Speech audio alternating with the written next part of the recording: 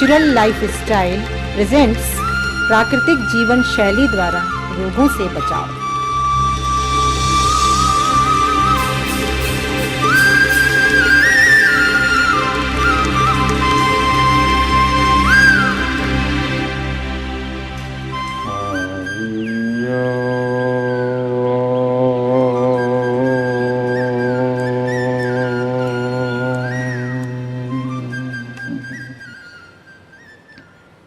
सिर धोने के लिए साबुन कौन सा लगाएं? बहुत बढ़िया प्रश्न। चमड़ी के रोगी, चमड़ी का रोग हो या ना हो, दूसरे भी कभी भी शरीर के ऊपर साबुन शैम्पू नहीं लगाना। हमारे शरीर में से हर टाइम एक तेल निकलता है जिसको सीबम बोलते हैं, और वो हमारी चमड़ी की सुरक्षा के लिए होता है। जब हम कोई साबुन लगा लेते हैं तो वो तेल को भी निकाल देता है, खुश्की आती है, एक्जिमा होता है, दाद चंबल जैसे रोग होते हैं। मेडिकल में जब किसी को स्किन रोग हो जाता है, कह दिया जाता है साबुन मत लगाओ, हम कहते हैं पहले मत लगाओ। मुल्तानी मिट्टी से नहाएं, दही से नहाएं, जे नींबू, अनार, संतरा, मौसमी के छिलकों को सुखा लें, फिर इसको मिक्सी में पीस लें, इसके अंदर थोड़ा नारियल पानी या थोड़ा और पानी मिला के पेस्ट सा बना के इससे मल मल के नहाएं। इसके अंदर मोटा पिसा हुआ बेसन डाल के फिर नहा सकते हैं। खाली मोटे पिसे हुए बेसन से भी नहाया जा सकता है। हमारे ऋषि मुनियों से, हमारे बुजुर्गों से कुछ सीखिए। बालों को साफ करने के लिए आंवला सिक्का का रीठा रात को भिगो दीजिए और सुबह उसको पानी में उबाल के उसको छान के उससे हफ्ते में 1-2 दिन बालों को साफ कर लीजिए। एल्युमिनियम का बर्तन बिल्कुल भी प्रयोग नहीं करना आग पे रखने के लिए। एल्युमिनियम उसके अंदर घुल जाता है, और एल्युमिनियम का बर्तन आप खरीदें, उसका वजन नोट करके रख लें, 6 महीने बाद फिर तोलें उस बर्तन को। वो जितना एल्युमिनियम कम हो गया वो सब हमारे पेट के अंदर गया, फिर हम कहते हैं ट्यूमर बन गया। ये प्रेशर कुकर हमारे घरों के अंदर अधिकतर एल्युमिनियम के हैं, ये भी स्टील के आते हैं। आप मिट्टी के बर्तन रखें या लोहे की कढ़ाई रखें, सबसे बढ़िया। नहीं तो स्टील के बर्तन रखें, स्टील की कढ़ाई भी आती है, स्टील का प्रेशर कुकर भी आता है। एल्युमिनियम के बर्तन बिल्कुल वर्जित हैं। और जो हम प्लास्टिक के बर्तनों के अंदर चटनी डाल लेते हैं, माइक्रोवेव में रख लेते हैं, बहुत नुकसान होता है, वो सारी प्लास्टिक अंदर जाती है। इस तरह की गलतियों से बचें। अपनी चटनी को जहाँ कांच के बर्तन में रखें, जहाँ चीनी मिट्टी के बर्तन में रखें, जहाँ स्टील के बर्तन में रखें। अब इसका सारांश जान लें। देखिए, हमें ये मानव देह भगवान ने दी, क्या हमें उपहार में दी? नहीं, उपहार में दी हुई वस्तु वापस नहीं ली जाती। जब हम एक साधारण प्राणी भी इस शिष्टाचार को जानते हैं कि जो चीज हम किसी को भेंट कर दें वो वापस नहीं मांगते, तो भगवान तो बहुत बेखूबी जानते हैं, लेकिन ईश्वर इसको वापस लेते हैं और किक मार के लेते हैं, बिना सूचना दिए लेते हैं, ऐसे निकाल दिए जाते हैं, जाओ। तो इसका मतलब क्या हुआ? ये हमें उधार मिली है। ऐसे ही जैसे किसी की गाड़ी मांग के ले जाएं, किसी की गाड़ी मांग के ले जाएं और उसमें ईंट बट्टे ढोने शुरू कर दें, तो क्या होगा? दोबारा गाड़ी मिलेगी क्या? कहेगा साइकिल ले जा।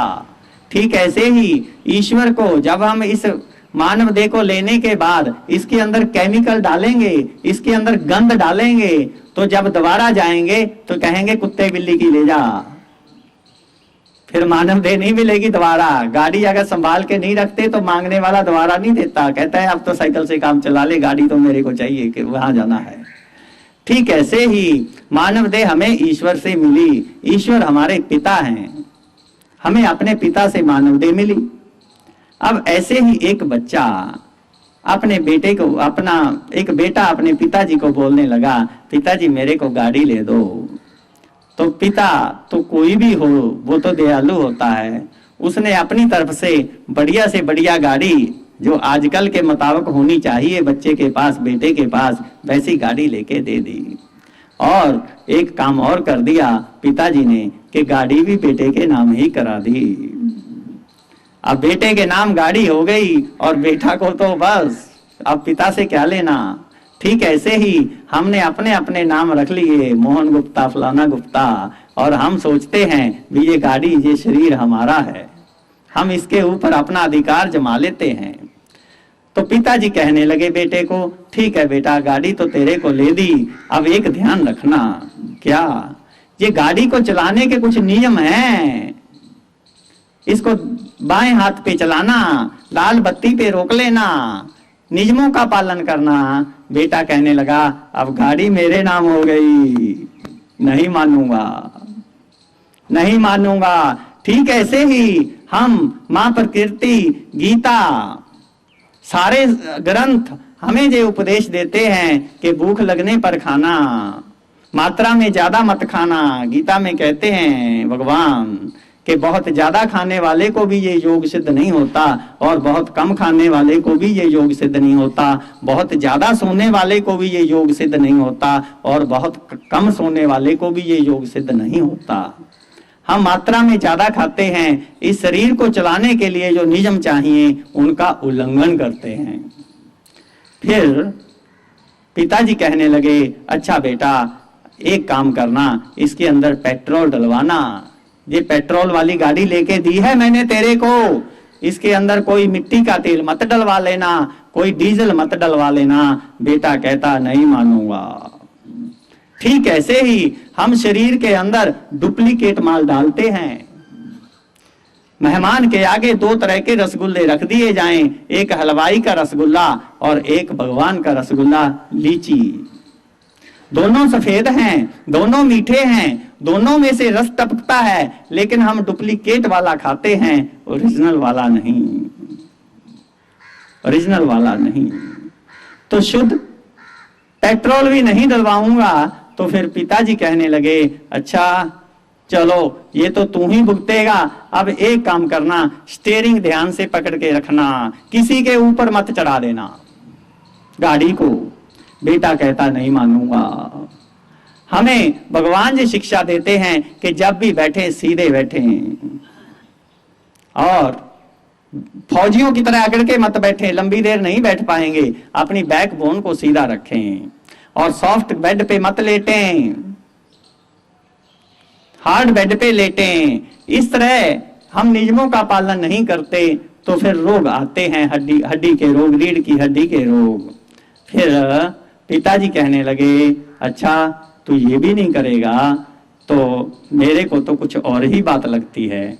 क्या बात लगती है? मेरे को तो ऐसा लगता है कि तेरा दिमाग ही खराब है। जब तू सब कुछ ही उल्टा पुल्टा करेगा तो इसका मतलब तेरा दिमाग खराब है। मैं तेरे लिए एक ड्राइवर रख देता हूं, तू बैठे रहना, गाड़ी वो चला लेगा। बेटा कहने लगा, नहीं मानूंगा, खुद ही चलाऊंगा। ठीक ऐसे ही हम क्या करें? अगर हम हर टाइम अपने बारे में ही सोचते हैं, दूसरे के बारे में कुछ भी नहीं सोचते, और दूसरों के अंदर कमियां देखते हैं, दूसरों के गुण नहीं देखते, दूसरों के अंदर दोष देखते हैं, तो हम पढ़े लिखे जितने मर्जी हों, हमारा भी दिमाग ही खराब है। डिग्रियां लेने से कुछ नहीं बनने वाला। मेरे गुरुजी कहा करते थे, अगर आप मन की शांति चाहते हो तो अपने समय का 10% और अपनी आमदन का 10% उन लोगों के लिए खर्च कर दो जिनको आप बिल्कुल नहीं जानते।